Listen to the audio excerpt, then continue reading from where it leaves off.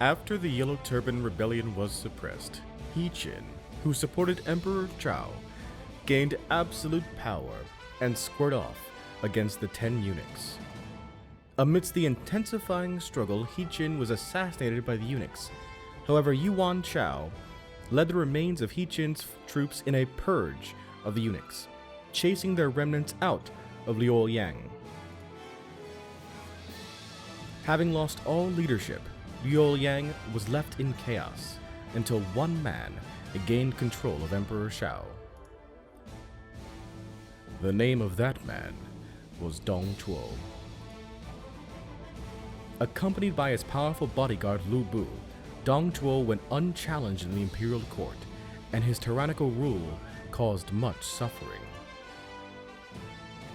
His arrogance having no bound, Dong Zhuo ousted Emperor Shao and replaced him with his brother, Emperor Jian.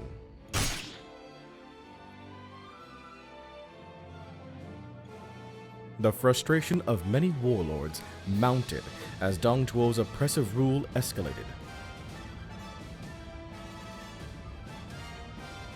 Disagreeing with his ways, the powerful Yuan Chao and Yuan Chu left the capital while Cao Cao and Sun Qian raised armies of their own. The campaign against Dong Zhuo brought new flames to the plains of Zongyuan.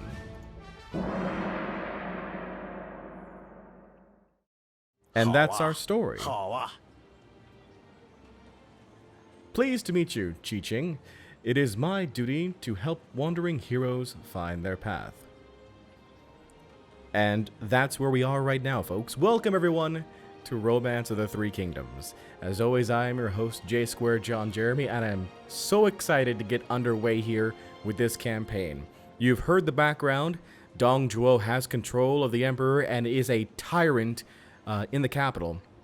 Meanwhile, many different warlords, Yuan Shao, Cao Cao, Sun Qian, and others are plotting to try and revolt against him. We ourselves, we are simply a free officer. We are wandering the lands right now, trying to find our own place in the world, as are several other custom-created characters made by patrons of the channel. Now, our character's name is Qi Qing. I may also just say Ji Jing, just to make it easier on myself, forgetting how to pronounce certain accents. So, Sima Hui here is a mystic in the novel, and his whole idea is that he has the sight. He can foretell circumstances. He's also able to kind of peer inside the inner soul of an individual and figure out where they belong in the world. So let's see what Sima Hui has in store for us. There are two ways to live in this world. One is to raise your own flag and rule over your own force. The other is to take service under some other lord. You may raise your own flag in any empty city. Having good rapport and a deep bond with others is helpful, as they may come to support you. If you choose the life of service, just venture to a city controlled by the lord you wish to serve. Who is the strongest lord, you ask? That is for you to decide. 好啊，好啊。 All is well. You should live life as you judge it best.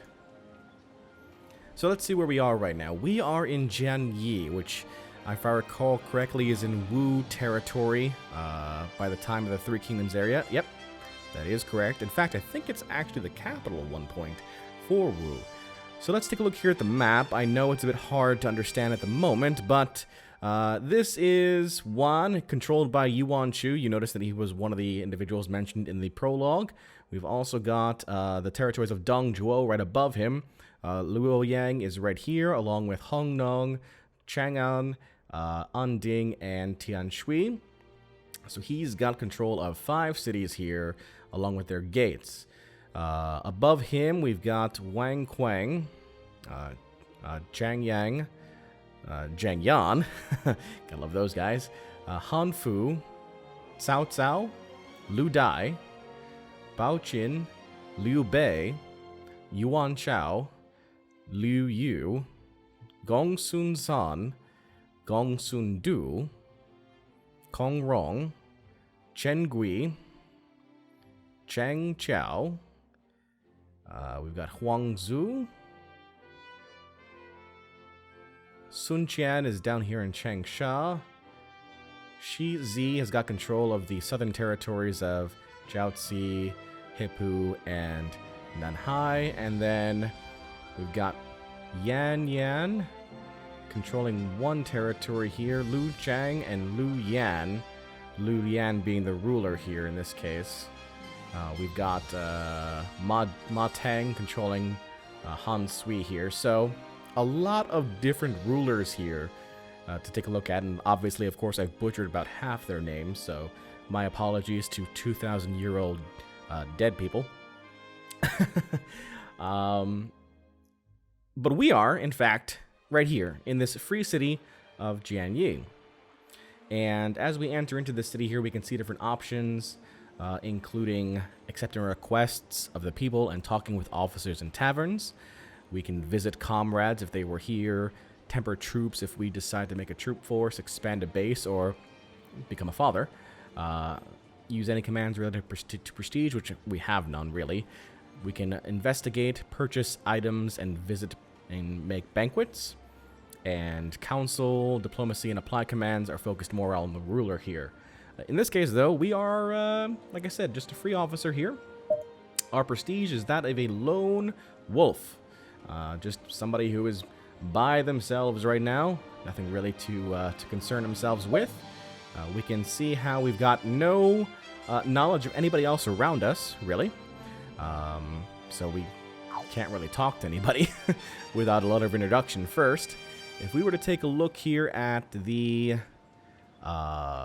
chart. Not the chart, what am I looking at now? I was trying to find info. We can take a look here at the forces. That kind of gives you a better idea of how powerful the individual forces here are. And then if we go back here, let's go ahead and, well, I wanted to see if I can change my prestige here. There's a way for you to, and I'm already forgetting it off the top of my head, to focus your work on a particular area in prestige. Main character info, maybe that. So this is our character here, Ji Jing, and he is basically somebody who is focused on rulership. Well, not necessarily rulership. He's a terrible leader, but he is great at governing. He's got some great focus around commerce and negotiations, so he can definitely talk his way through things. Don't expect him to lift a finger, though, as far as fighting. He is not that kind of guy at all. Let's go ahead and head over to the tavern here and see if there's any requests or talk to people. Welcome. May I take your order? Let's talk to somebody. Looks like there's no one I know here. Well, that didn't really work out too well. How about we try and get a request? Hey, you! Help me look for someone. Alright, old lady, you're pretty blunt. I was robbed in Guanling. I know their face, and I figured if you, the lone wolf, was on the case, I'll write what they look like. With the lone wolf on the case, this shouldn't take long. You can hurt them a little, too. Well, I doubt we're going to get that far. Will I accept the request? Yes. Okay, so we need to head over to Guanling, but before we do that, let's take a look at anything else we've got here. We can issue orders to comrades at our main base, but we don't have any comrades here. We can recruit troops if we wanted to, but we don't really have the funds to maintain that kind of force right now. We have our focus to investigate Guanling. I think with that, we're going to go ahead and... Oh. Yeah, let's take a look over here. So we can see how there's options to create private troops. We can train ourselves for a period of time, which costs money. We can transfer to another city permanently. And the expansion option allows us to have different comrades here, as well as have increase in private troops. Exit out here. We'll head over to the council here and notice how there's an opportunity to raise a flag. So I can literally plant my flag and say, I own this city. The problem is that if you try and do that and you don't really have the support of the people or really a force backing you, you're done for. It's not going to be good for you at all. Then we can tour the area for a small amount of gold and supplies. We can try and increase private troops here. And then over here we can investigate, visit the area, purchase some specialty items, and hold a banquet. Before we do all that, let's go ahead and investigate Guanling. So we'll go ahead and make our way over to move to Guanling. It takes 5 days for us to get there. Let's go. You'll note that I've put the... Ooh. Okay, one second. Let me finish my thought first, Merchant Man. You'll notice that I've put my voices to the Chinese. I just thought that made more sense considering this is a Chinese historical-based game, even though it's made by Japanese folk. Not really sure how that worked out, but it works. Merchant Man, I've had some exceptionally bad luck at trading today. I know you don't know me, but could you invest 250 gold in me? What? How will you deal with this shady-looking merchant? Roar at him and push past. Receive no gold. Refuse with a debate. Merchant intelligence is 75. Hand over 250 gold. Well, I ain't handing over 250 gold, but I don't think I can even make a whimper, let alone a roar, with my war score being at 5. So I guess we'll go ahead and refuse with a debate, and we'll showcase the debate system here in-game, which I still have not quite mastered. Why don't you listen to my theory? Nah. This is certainly a problem. Now, I have the skill Orator, which deals more damage as I am in these debates. And because, obviously, we're going to be focusing a lot on debates, that's a good skill to have. So, the way it works is kind of like a rock, paper, scissors situation. Retort beats assert beats provoke beats retort. And then these double options here provide even more damage. So, these are the options that are available to me. These are the options that are, on the right side of these are the options that are available to the opponent. So he's got assert, provoke, and retort. He's got 2 asserts, 2 provokes, and 1 retort. So the question is, what do we think he is going to try and use first?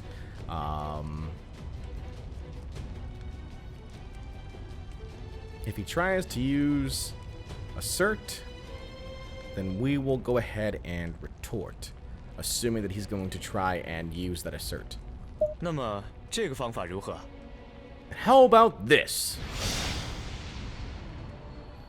Looks like we were right. Very good.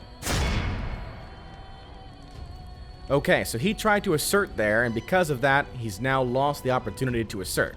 All he has left is provoke and retort. Now, if he tries to provoke, we can now assert. Question is he going to try to provoke, or is he going to try to retort? I think he's going to try to provoke. So we will try to assert. Looks like we were right again.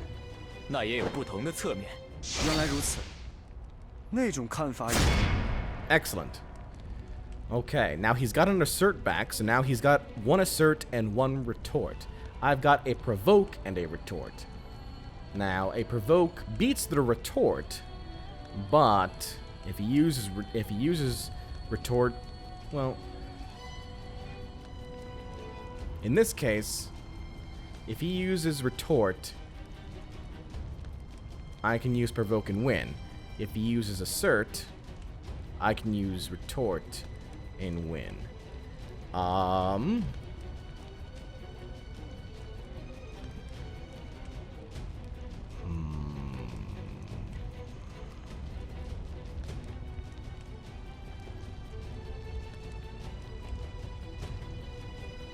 Well, hold on. If he uses assert, I can use retort and win. And if he uses retort and I use retort, they cancel each other out. So retort's the safer bet.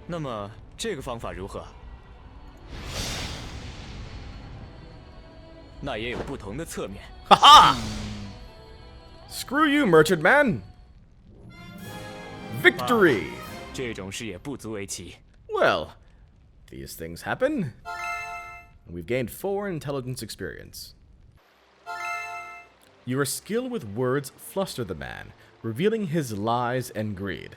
As a reward, you receive 559 gold. Can you imagine that in real life? You have a debate with somebody, you know, and they want to invest, they want you to invest in them, and then you debate them, and then all of a sudden now they're investing in you? I wish the world worked like that more often. Beat somebody in a game of words and you get money because of it? Let's do that. Let's have that become a thing, please. Alright, let's go ahead and enter Guanling. Alright, let's see here.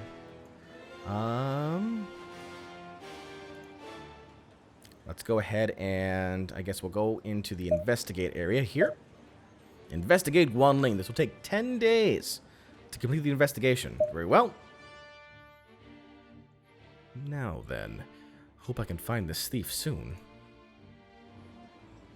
立即着手吧。 I'll give back what I stole. Please, just spare my life. I don't even need to hurt him. I'll just head back to Jianyi and give my report. Looks like that worked. Hooray! That doesn't always happen like that. Just pointing that out. Okay. Let's, before we leave, let's go ahead and see if there's anybody here that we can talk to. Nope, no one I know here. We need to find, we need to gain, like, trust with somebody and hopefully get recommendations with people. Let's go ahead and return to Jianyi. 必须马上准备。 I'll take 5 days back.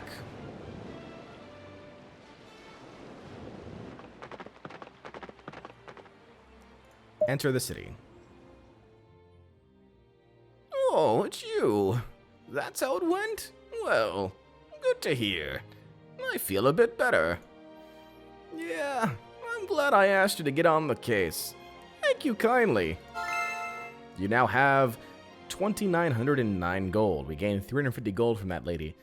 Did we gain more gold from beating that guy in the debate? I think we did. All right. Excellent, excellent. Well, that's a good start here to our campaign. Well, let's see if we can find the other, before we end this episode, let's see if we can find the other officers here. I added in a couple of other people here in the game. Hopefully we're able to see them. What were their names here? First up, we've got Vendim. Vendim. So nice, I wrote it twice. Vendim is currently in Nanpi. He is a free officer. There's his dual-handed sword there. We've also got Chell. Let's see where she is. Chell. Oh, Chell's also a free officer in Jianyi. Hopefully we get to meet her soon. That'll be pretty cool. I set it to random, so I have no idea where any of these people are. Alright, next up we've got the Night Demon, which is not a warrior at all, but instead a political officer, which I thought was pretty interesting. Night Demon is currently a free officer in Runan. And let's see here, we have Kadai. Kadai is currently in Jinyi as a free officer. So, pretty soon, I'm betting, these people will be picked up by nearby neighboring forces. Because one of the points of the game, for people who are in fact invested in these forces, is that they go out and recruit. You know, we probably will get a recruitment opportunity ourselves one day as we build ourselves up in Caliber. Will that happen next time? Find out in the next episode. Hey, thanks for watching. If you made it to the end, it really does mean a lot. If you enjoyed the video, give it a thumbs up so that others can see. If you want to keep track of the channel, click subscribe and the bell icon to be notified when a new video releases. Finally, if you want to really support the channel, consider becoming a patron where for $1 a month you can support costs associated with producing this content. As always, this is J Squared John Jeremy signing out, saying so long and take care.